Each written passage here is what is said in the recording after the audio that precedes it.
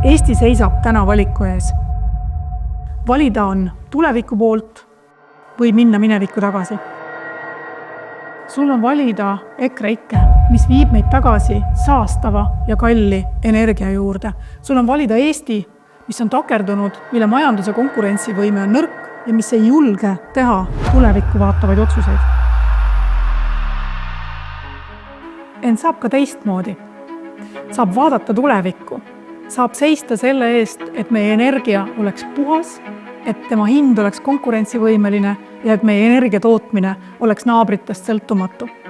Sel sügisel on sinu valik, kas valida tulevikku vaatavad jõud või pöörduda tagasi minevikku. Eesti 200 ehitab uue põlvkonna Eestit ja meie julgeme teha neid otsuseid, mis ka 20 aasta pärast Eestit edasi viivad. Sinuga koos on see võimalik.